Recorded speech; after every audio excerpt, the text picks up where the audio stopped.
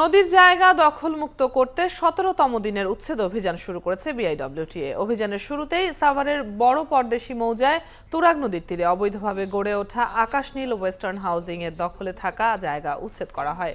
এ সময় এই হাউজিং এর দোতলা অফিস গুড়িয়ে দেওয়া হয়। এছাড়া ছোট বড় আরও বেশ কিছু স্থাপনাও গুড়িয়ে ফেলা হয়। বিআইডব্লিউটিএ কর্মকর্তারা জানান, স্থাপনা ভাঙা বন্ধ করতে কোনো প্রভাবই কাজে আসবে না। আগামী ২ মাসের মধ্যে পুরো নদীর জায়গা দখলমুক্ত করা হবে বলেও জানান তারা। দর্শক, অভিযানের দ্বিতীয় দিনের খবর জানাতে আমাদের সাথে যোগ দিচ্ছেন সহকর্মী হাবিব রহমান। হাবিব, অভিযানের সর্বশেষ কি খবর আছে আপনার কাছে?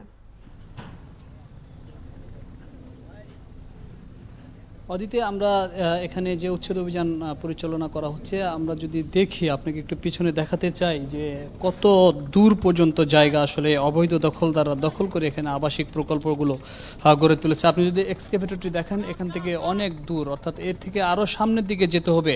পুরো নদীর জায়গার উপরেই কিন্তু এই ধরনের আবাসিক প্রকল্পগুলো গড়ে তোলা হয়েছে। আমরা সকালে এসে দেখেছি তারা আকাশ নীল ওয়েস্টার্ন হাউজিং লিমিটেডের একটি যে অবৈধ আবাসন প্রকল্প ছিল সেটিকে তারা উচ্ছেদ করেছে, এবং এটি কিন্তু তারই অংশ। অর্থাৎ যত দূর পর্যন্ত যাওয়া যাচ্ছে এত দূর পর্যন্ত কিন্তু ওয়েস্টার্ন হাউজিং তারা এই প্রকল্প অবৈধভাবে দখল করে তাদের প্রকল্পগুলো গড়ে তুলেছে।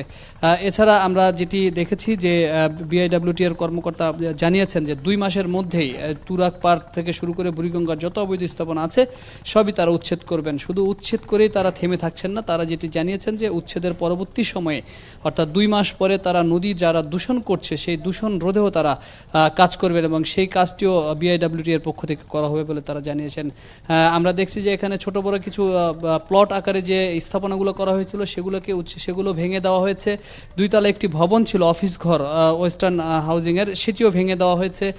এছাড়া যারা অবৈধভাবে ইটের ব্যবসা করছিল এই প্লটগুলোর উপরে, সেই ইটগুলো কিন্তু গুড়িয়ে দেওয়া হয়েছে।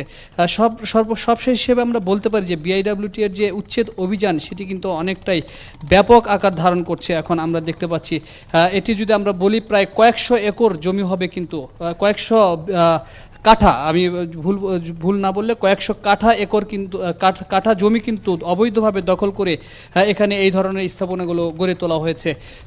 তবে এই যে অবৈধ স্থাপনা ভাঙার পরে যে আসলে এই যে বর্জ্যগুলো রয়েছে সেগুলো আসলে কোন জায়গায় নিয়ে যাওয়া হবে সেটির ব্যাপারে এখনও নিশ্চিত করে বিআইডব্লিউটি এর কর্তৃপক্ষ কিন্তু বলতে পারছে না। তারা যেটি বলছেন যে পর্যায়ক্রমে সব বর্জ্য এখান থেকে সরানো হবে, এবং সেই অনুযায়ী যে প্রকল্প হাতে নেওয়া হয়েছে সেই প্রকল্পের কাজও বাস্তবায়ন করা হবে। আমরা এরই মধ্যে জেনেছি যে নদীর পার ঘিরে যে সড়ক নির্মাণ কথা রয়েছে ওয়াকওয়ে, সেটির কাজ শুরু করবে খুব অল্প দিনের মধ্যেই। এবং এবার যে অভিযোগটি ছিল নদীর জায়গার উপরই ওয়াকওয়ে নির্মাণ করা হচ্ছে, সেটি আর এবার তারা করবে না বলে তারা আমাদেরকে নিশ্চিত করেছেন। সেক্ষেত্রে তারা বলছেন যে বিআইডব্লিউটিএ নৌ মন্ত্রণালয় থেকে নদীর সাথে যারা জড়িত রয়েছে যে সংস্থাগুলো, তারা সবাই একসাথে এই কাজগুলো করছে, এবং এই কাজের মধ্য দিয়ে ঢাকাবাসীর যে দীর্ঘদিনের আশা বুড়িগঙ্গা তুরাগ উচ্ছেদের যে আশা এবং তাদের মাঝে বুড়িগঙ্গা তুরাগকে ফিরিয়ে দেওয়া সেটি নিশ্চিত করবেন বলে তারা আমাদেরকে জানিয়েছেন। তবে এখন পর্যন্ত এই ১৭ দিনের অভিযানে আমরা বলতে পারি যে প্রায় ১৮৫০ অবৈধ স্থাপনা উচ্ছেদ বিআইডব্লিউটিএ তারা করেছেন, এবং এই উচ্ছেদ অভিযান চলবে। তারা বলছেন যে কোনো ধরনের প্রভাব খাটিয়ে আসলে এই উচ্ছেদ অভিযান এবার তারা বন্ধ করা যাবে না, এবং এবারের অভিযানে আসলে সেটা লক্ষণীয় যে কোনো প্রভাবশালীর কথায় এই অভিযান বন্ধ করা হচ্ছে না। হাবিব, নিশ্চয়ই আপনি খোঁজ খবর রাখছেন, আমরা পরবর্তী সময়ে আবারও এই অভিযানের খবরাখবর আপনার মাধ্যমে নেব। ধন্যবাদ আমাদের সাথে যুক্ত হওয়ার জন্য। দর্শক, নদী তীরে অবৈধ স্থাপনা উচ্ছেদ অভিযানের খবরাখবর নিয়ে আমাদের সহকর্মী হাবিব রহমান যুক্ত ছিলেন এতক্ষণ আমাদের সাথে।